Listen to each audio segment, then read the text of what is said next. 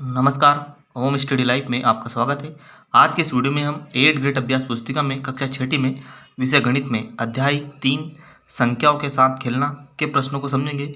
इससे पहले अगर आप चैनल पर नए हो तो चैनल को सब्सक्राइब कर ले, जिससे कि आगे की वीडियो की सूचना आप तक पहुंच सके। तो हम वीडियो को शुरू करते हैं।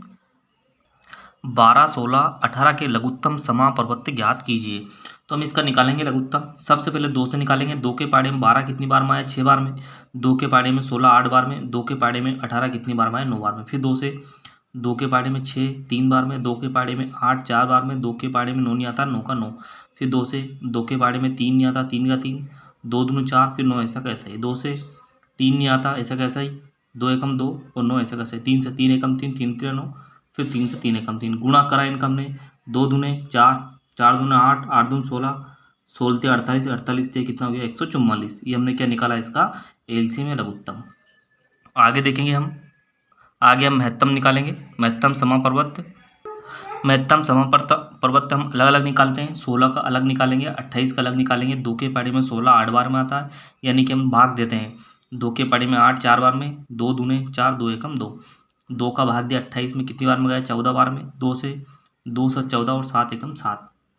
16 और 28 के गुणनखंड बने 2 2 2, ये 3 4 बार और 2 2 2 बार और 1 7 बार। जो दोनों मिले वो लासा। देखो ये इसमें मिल रहा है, इसमें मिल रहा है, तो दोनों 2 का 1 2 आ गया। ये इसमें भी और ये इसमें भी। फिर दोनों 2 का 1 2 आ गया। ये 7 इसमें लेकिन इसमें नहीं, 2 इसमें लेकिन इसमें नहीं, इसलिए 2 गुणा 2 2 दूने 4। तो इसका मासा कितना आया? महत्तम 4। अब देखेंगे हम सही विकल्प। निम्नलिखित में से संपूर्ण संख्या क्या है? तो 6 आएगी इसमें। ऑप्शन ए वाला सही है। 36 के गुणनखंड की संख्या कितनी होगी? 9। ऑप्शन डी वाला सही है। आगे देखते हैं। निम्नलिखित में से सबसे छोटी अभाज्य संख्या 2 है। एक शिक्षक अपनी कक्षा में उपस्थित सभी विद्यार्थियों को 5-5 टॉफियां बांटता है। बताइए शिक्षक के पास कुल टॉफियों की संख्या का इकाई अंक निम्नलिखित में से क्या हो सकता है? यदि वितरण के बाद उसके पास कोई टॉफी शेष न बचे तो 0। ऑप्शन ए वाला सही है। एक कॉलोनी में कुल 20 मकान है। इन मकानों पर 1 से 20 तक नंबर अंकित है। उन मकानों की संख्या बताइए जिन पर संख्या 18 के गुणनखंड वाले नंबर अंकित हो। 6। निम्नलिखित प्रश्नों को हल कीजिए। 7 के प्रथम 5 गुणज लिखिए, यानी कि 7 से जिसमें भाग चला जाए या 7 का पाड़ा। तो 7 के प्रथम गुणज 7 14 21 28 35। 7 का पाड़ा जिसमें 7 का भाग चला जाए पूरा पूरा। एक दूध वाला 2 घरों में क्रमशः 1 सही 1/2 लीटर यानी कि 1.5 लीटर, 2 सही 1/2 यानी कि 2.5 लीटर दूध देता है। बताइए वहाँ बड़े से बड़े किस माप का प्रयोग करे कि दोनों घरों में एक ही मापक बर्तन से दूध माप कर दे सके? तो बड़े से बड़े माप का उपयोग करेगा वो आधे लीटर का, यानी कि 1/2 यानी कि आधा लीटर का वो उपयोग करेगा। 24 के सभी गुणनखंडों को लिखिए। जो 24 के सभी गुणनखंड आ जाएंगे 1 2 3 4 6 8 12 24। 1 गुणा 24 तो 24 से कम 24, 12 दूनी 24 12, फिर 8 ते 24, 6 चौके 24। इस प्रकार इसके क्या है? गुणनखंड है।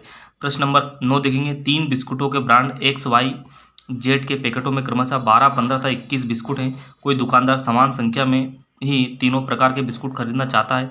उसके प्रत्येक प्रकार के कम से कम कितने पैकेट खरीदने होंगे? तो इसका हल हमने पेज में करा। तो 12 15 21 का हम एलसीएम निकालेंगे। तो एलसीएम निकाला।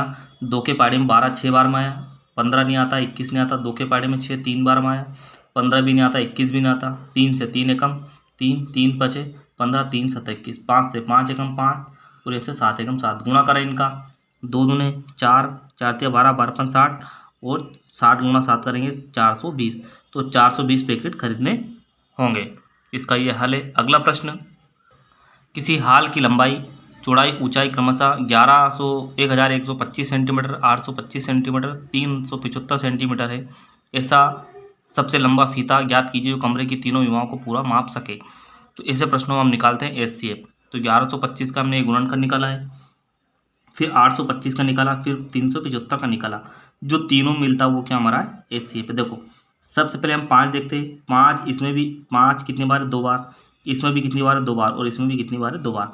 तो हमने 5 गुणा 5 लिख दिया। फिर 3 देखते हैं। 3 इसमें भी है, इसमें भी है और ये इसमें भी है। तो एक बार कितना लिख दिया? 3। देखो 11 इसमें लेकिन इसमें नहीं है, 13 इसमें लेकिन इसमें नहीं, तीनों में मिलना चाहिए, वो हमारा क्या रहता है? एचसीएफ। तो 5 या 15, 15 बचे 75। तो इसका विमाओं को पूरा माप सके कौन सा आएगा? वो 75। आगे देखेंगे प्रश्न नंबर 11। एक ग्राहक दुकान को दुकानदार को 100 रुपये के भुगतान के लिए 5 रुपये के 10 रुपये के नोटों का उपयोग करता है। 5 रुपये में 10 रुपये के नोटों की संख्या। देखो 100 रुपये देना है, 5 रुपये के 2 नोट लेंगे तो कितना रुपये जाएगा 10 रुपये। फिर 10 रुपये के 9 नोट लेंगे तो कितने हो जाएंगे 90 रुपये। कितना हो गया यहाँ पर 100 रुपया। ठीक है, तो इस प्रकार हम और भी बहुत सारे प्रैक्टिकल देख सकते हैं। अगला प्रश्न देखेंगे हम।